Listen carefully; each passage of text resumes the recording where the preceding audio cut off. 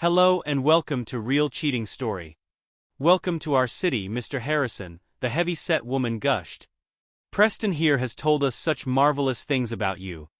We all miss Bob Allen, of course, but we're so excited to have you succeed him at the United Fund.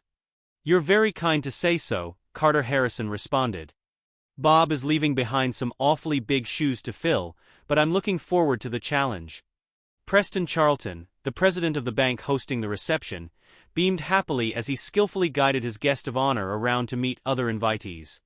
He had headed the search committee that found Harrison, and now that the United Fund's full board of trustees had ratified the committee's recommendation, Preston was eager to show off his find.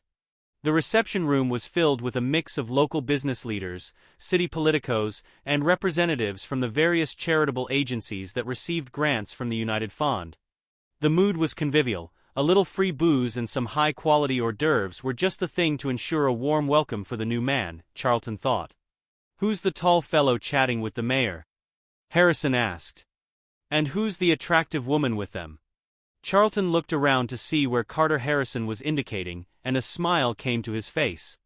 "Oh, that's Father McClanahan, the priest at St. Anne's. The woman is Colleen O'Reilly. She's the director of one of your member agencies, the Second Chance Women's Shelter. She's also Father Mac's wife. You've got to meet them." Carter's face took on a puzzled expression. "A priest with a wife? Oh, sorry. I should have said St. Anne's Episcopal Church. And before you ask about the difference in names, Colleen kept her maiden name when they married." Harrison's face remained skeptical. "And why is it so important that I meet Father McClanahan?" he asked. Charlton smiled. "Father Mac is one of the most influential men in town." "Oh, really?" Harrison replied. "I wouldn't have thought a priest would have that much influence, except on spiritual matters, of course. What makes McClanahan so special?" "It's hard to say, but he's just one of the most decent people you'll ever meet. Everybody likes and trusts him, and everybody goes to him for counsel and advice, and not just members of his parish either." "Well, let's go meet this paragon priest," Harrison said. Hearing an odd tone in Harrison's voice, Charlton glanced quickly at the shorter man. But Harrison had a smile on his face. So, Charlton led his honored guest over to the couple. "Colleen, Father Mac, I'd like to introduce you to Carter Harrison, the new executive director of the United Fund," Charlton said heartily. Once the introductions were made all around, Father Mac smiled at Harrison. "Preston tells us that before you entered the nonprofit sector, you had quite a career at Procter & Gamble. Has that experience been valuable in working with the United Fund?" Harrison didn't hesitate. "The private sector all too often focuses on short-term gain to the detriment of long-term goals, but its emphasis on measurable results is something I found very useful when working with charities. You'll find that I'm a very results-oriented individual." Then he turned to Colleen. "One of the techniques I've used very successfully is to establish small interagency task forces to tackle some of the issues that communities face. Miss O'Reilly, Preston here tells me that you're one of the most energetic and successful agency heads in the city. Perhaps I could persuade you to lead one of those task forces." Colleen blushed at the unexpected compliment. "I'd be honored, Carter. That sounds like a great idea." After the reception, when Mac and Colleen had returned to the parsonage, he teased her about her blush.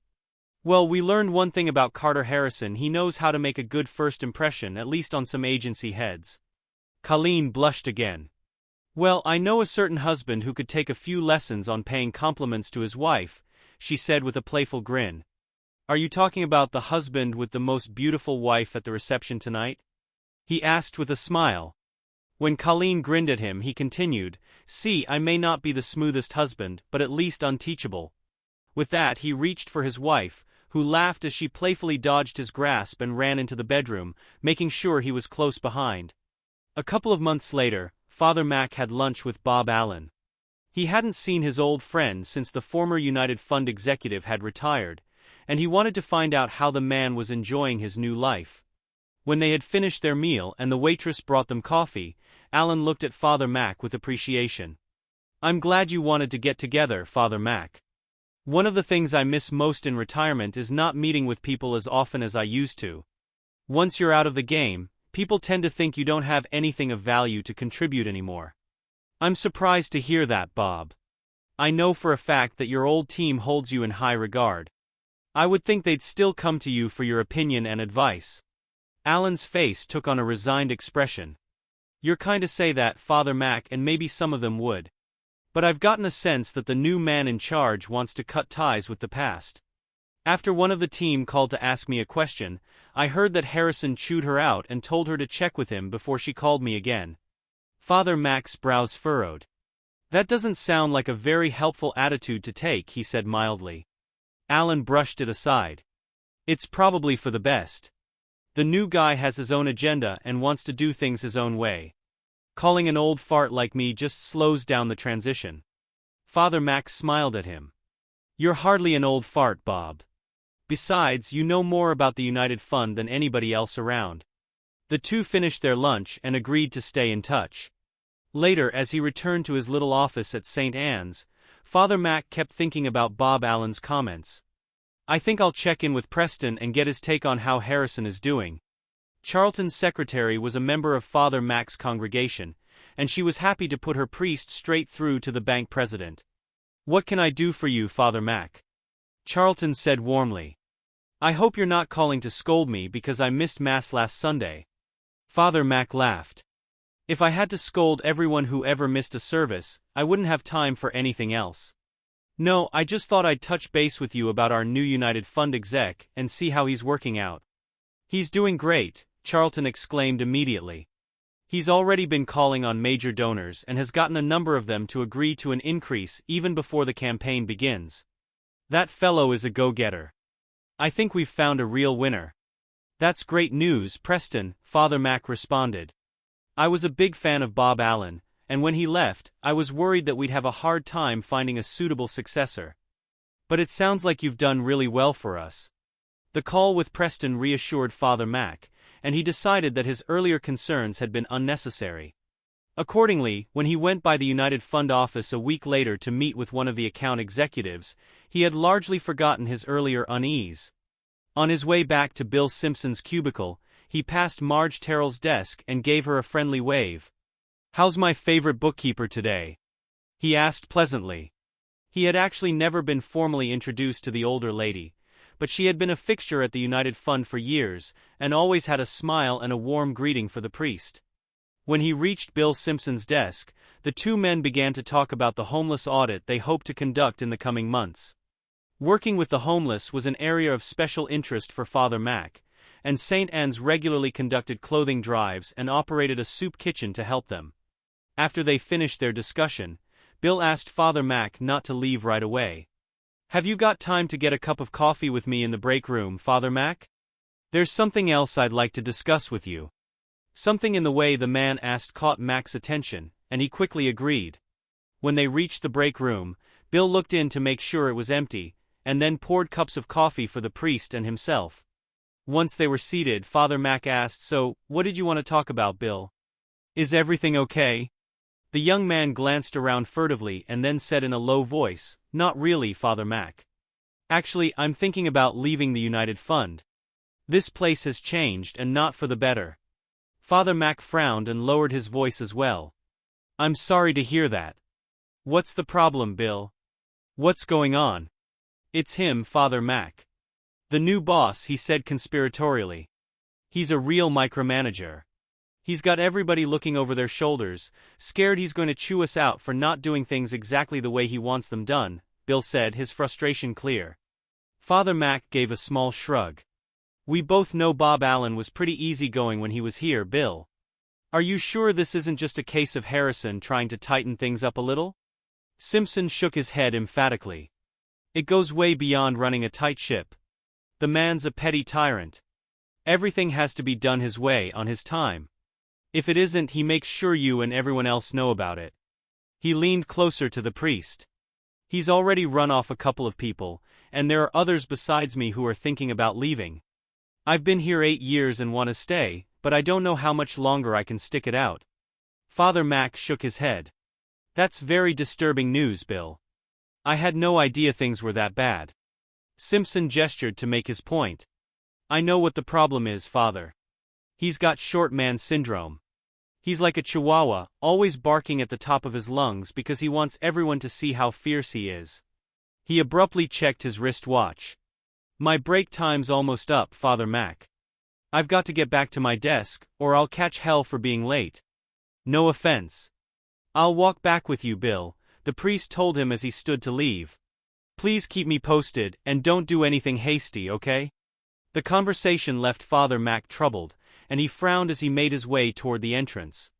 Looking up, he was startled to see the very person they had just been discussing. The United Fund executive approached him quickly. Well, Father Mac, Harrison said in a hearty tone that felt insincere to the priest. What a surprise to see you here. Are you conducting a surprise inspection? The aggressive tone caught Father Mac off guard, and he responded defensively. No, Carter, not at all. I've just been working with one of your team members on a homeless issue. I came by to get some information from him, that's all. I've got the latest homeless data in my office, Harrison said curtly. Come this way. Father Mac felt he had no choice but to comply, so he followed the man, feeling weary. Once in the office, Harrison handed him a file and looked at him closely. I hear you've been checking up on me, Harrison said. If you have any concerns about my work, you should come to me directly, Father. No, Carter, I haven't been checking up on you, Father Mac said uncomfortably. The United Fund is important to this community, and I just wanted to see how it's going under the new leadership. I appreciate the interest, Father, but I think you'll find the organization is doing very well.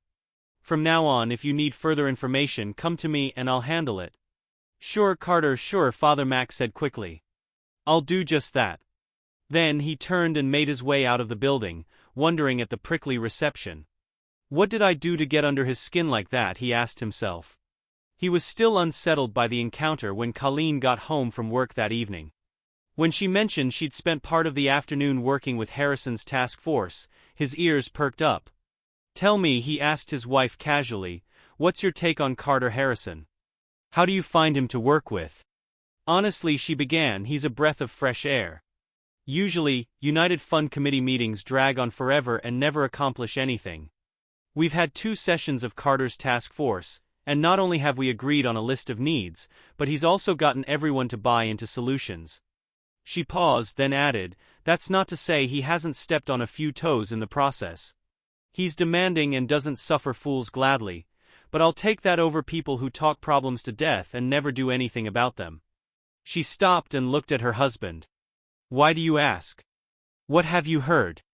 Mac was reluctant to voice his own misgivings after Colleen's positive take, so all he said was, well, Preston Charlton thinks he's doing a great job. Apparently, Carter's getting a jump on the annual campaign by meeting with big donors in person, and Preston says it's working. See, she said with a smile. I told you he's a go-getter. At the same time, Mac added, curious to see how she'd respond, I gather he's rubbed some of the staff the wrong way. I'm not surprised, Colleen said immediately. I love Bob Allen, but he acted more like a grandfather than the boss. I like a man who knows what he wants and goes after it.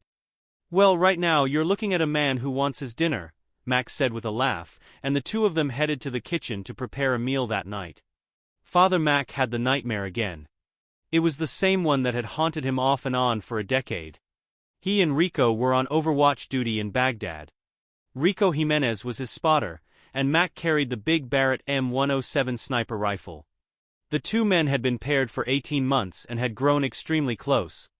It takes a special chemistry to make a good sniper team, and Mac and Rico were one of the best. An Iraqi sniper had been tormenting their battalion for weeks, firing on them intermittently and causing numerous casualties and several fatalities. After repeated failures to find the sniper, Command had decided to fight fire with fire and called in its own sniper team. Mac was lying in the prone position behind a chimney on a rooftop, the barrel of his weapon hidden in shadows. Rico was crouched behind the facade of a building a block away, hoping one of them might spot something and be able to triangulate the shooter's location. They used throat microphones and earbuds to communicate. It was only their second day on watch, but already Mac could tell it was going to be a challenge. No one had had any luck spotting a muzzle flash, as the irregular streets and alleys of Baghdad caused sound to reverberate from multiple directions. As Mac lay there sweating in the late afternoon sun, He could hear the amplified voice of a muezzin in the distance, calling the faithful to prayer. Just then, a gunshot rang out, followed by a scream from somewhere down below. Rico's voice whispered in his ear, "I've got action here, on the street half a block from my position." There was a pause, then Mac heard, "It's a kid. A little girl, can't be more than 9 or 10 years old. She's been shot in the leg." Another pause. "She's bleeding bad. She's trying to drag herself out of the street, but she can't do it. Damn it, I can see faces in the doorway, but no one will come out to help her." Then Rico's voice got louder. "I'm going down there, Mac. Cover me." "No, wait." Mac implored him. "Let me get help, call in a squad." "No time," Rico came back. "She'll bleed to death before they get here. Keep me covered." Quickly, Mac scooted forward as far as he dared and swiveled the scope on the big rifle, searching for the wounded girl while still trying to maintain his own cover. A minute later, he spotted Rico's figure in a doorway.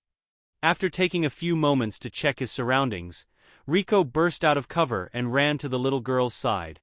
He scooped her up in his arms and turned to run back to the building when a second shot rang out. Rico screamed, the sound almost deafening through Mac's earpiece, and through his scope Mac could see blood spurting from a wound in Rico's thigh. Rico fell heavily, twisting to try to cushion the little girl. "Talk to me. Can you move? Can you get out of there?" Mac yelled. "Son of a, that hurts," came Rico's voice. "I think he hit the bone. I'm stuck, Mac." Adrenaline surged through the tall sniper. "Hang on, compadre. I'll be down in a second," he yelled. "No. Don't move, Mac. Don't you see? It's a trap. He wants you to come out so he can get you too." "No way, man. I'm not leaving you there." "Stop, Mac. Stop and think about it. This guy could have killed me easily, but he didn't. He crippled me, Mac. He's using me for bait, just like he used the little girl. Stay put, hermano. Don't give him what he wants." Mac fell back against the facade in despair. He knew his spotter was right, but the idea of leaving him lying in the street was unbearable. "Listen, Rico, just hang in there. We'll get some armor in here to screen you, then pull you out of there quick." "Sure, Mac," Rico said, though his voice sounded unnervingly calm. There was a long pause, then Rico spoke again. "Mac, I want you to do something for me." "Sure, Rico. Anything. I want you to pray for me." "Rico, I'm not a religious man. I don't know any prayers." "That's okay, Mac. I'll coach you. Just repeat after me." "Rico, why are we doing this?" Mac asked, his voice catching in his throat. "You know why, Mac," came the calm reply. "It won't be long until he figures out you're not coming. Now, I'll go nice and slow and you repeat what I say. Ready? Our Father who art in heaven." With tears streaming down his face, Mac repeated the prayer one phrase at a time until he reached, "Lead us not into temptation, but deliver us from evil." That's when the third shot came, silencing Rico forever. Cursing and crying, Mac frantically scanned the surrounding buildings. He felt ashamed that he hadn't spotted the killer, that he hadn't been able to protect Rico. At the same time, he felt guilty for not knowing any prayers to comfort his friend in his last moments. As he lay there in anguish, a fourth shot killed the little girl. Mac sat bolt upright in bed, his face pale, his body covered in a cold sweat. No matter how many times he had that dream, it always shook him to his core. Every time he felt the same deep emotions. Every time, it made him question whether there was something more he could or should have done. Quietly he slipped out of bed, being careful not to wake Colleen, and went out to sit in the living room until the shaking subsided enough for him to go back to sleep. When Colleen awoke the next morning, she found the other side of the bed empty. When she went out to the living room to look for him, she was saddened to find her husband asleep on the couch. Mac's bad dreams were common enough occurrences, but she hated that he was still haunted by his experiences in the war. Careful not to wake him, she covered him with a blanket from the closet. She pulled out a silk suit she felt was one of her best outfits. It was a designer label she had found at a thrift store and altered to fit. With an all-day meeting of the United Fund Task Force to attend, she wanted to look professional but smart. Before slipping out of the house, she left a note for Mac, reminding him of her schedule and warning that she might run late this evening. It was Carter Harrison's practice to hold his task force meetings off-site, and this time he had booked a conference room at one of the nicest hotels in town. Colleen would never have dared to do such a thing herself. She felt it was too extravagant, yet she understood the value of getting people to a neutral site, and she appreciated the higher quality of food and service the hotel provided. The session was a long one, and the discussion occasionally became contentious. Through it all, Colleen was impressed by the way Harrison maintained control of the group and kept them on track. At the end of the day, he smoothly summed up their conclusions and then clearly laid out next steps, assigning tasks for follow-up. He must have been a heck of a businessman, she thought admiringly. We're lucky to have him. As the members of the task force began to leave, Harrison walked them out to the hotel lobby, making a point of speaking to each person and thanking them for their participation. When he came to Colleen, however, he leaned over and quietly said, "I want you to stay a little longer. There's something I need to discuss with you." Colleen was caught off guard by his request, but when she tried to ask what he wanted, he stopped her. "This is not a good place for a discussion. The hotel provided me with a room to use for breakout sessions. Here's a key, room 514. Go on up and wait for me there. I'll be along in a few minutes." Then he walked away to speak to another member of their group, leaving Colleen standing there in surprise. After a moment, she dutifully went to the elevator and rode up to the 5th floor. When she opened the door to the room, she found papers and a laptop arranged on the small table. Not wanting to be nosy, she ignored them and sat on the love seat to wait.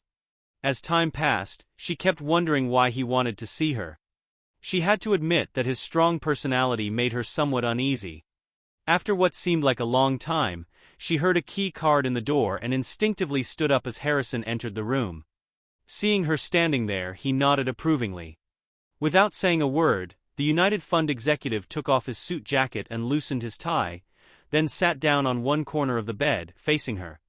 Colleen started to take a seat on the love seat, but Carter interrupted her, telling her to remain standing. She was startled but complied. "You're a very impressive woman, Colleen," he said after a moment. "As I listened to you today, it was clear that you were the most intelligent person in the group. More importantly, you're a natural leader. Time and again, I saw the others looking to you for direction." Colleen blushed at the unexpected praise.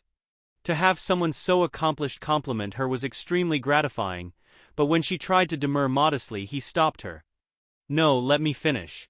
He got up and walked around her, and she felt as though she were being assessed. Then he returned to his seat on the bed. "I can tell you've always been a leader.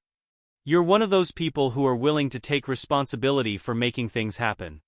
At your agency, I imagine your staff leans heavily on you for direction. In fact, I expect that they constantly turn to you to make almost every decision, even on the smallest matters." If you only knew how true that is, Colleen thought to herself. It's a wonder anything gets done when I'm not around. Carter stared directly into her eyes, and she felt as though he could read her thoughts. "But I know your little secret," Carter continued. "I know that all that responsibility can be a terrible burden. It's a constant struggle when everyone else is dependent on you. I know there have been times when you wished you could stop being responsible, when you long for someone else to make decisions for you." She stared at him in shock. His words were like a key turning in the lock of her mind as she recognized the truth about herself. How could he know that I get so tired of being leaned on? How many times have I secretly wished I didn't have to be responsible? He read her silent response, and the corner of his mouth curled upward momentarily before he continued. "In your heart of hearts, the thing you want is for someone else to take the burden off of you, to turn responsibility over to another. You don't want to be in charge all the time. You want someone else to make decisions. You want to be told what to do, to submit to someone else's will for a change." As Colleen listened to him, she felt as though she was in a trance. He was articulating things she had sensed before but never acknowledged. Now that he had voiced them, she knew he was right. His words seemed to resonate within her, and she felt as though her body was quivering. A need was growing, filling her thoughts and overwhelming her reservations. The desire to submit became a living thing inside her, struggling to come out. Suddenly he stood up. "Take off your jacket," he instructed. She hesitated, unsure, but his firm tone nudged her to act. After a moment of internal debate, She rationalized that since he had removed his jacket, it was only polite for her to follow suit. She slipped off her jacket and laid it on the love seat, waiting, uncertainty flickering in her mind. He crossed his arms, his expression unreadable. "Now, remove your blouse," he commanded.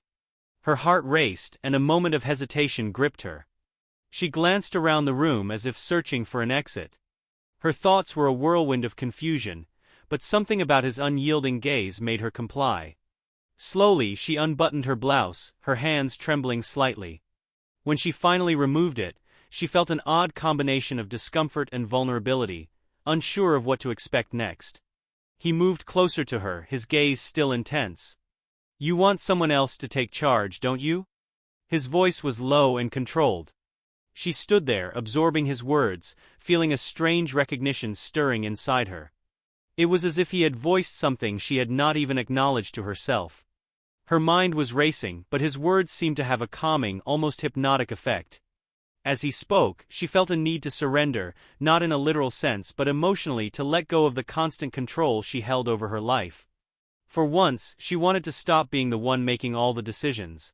He stepped back, his eyes scanning her face. "Trust me," he said softly. "Let go."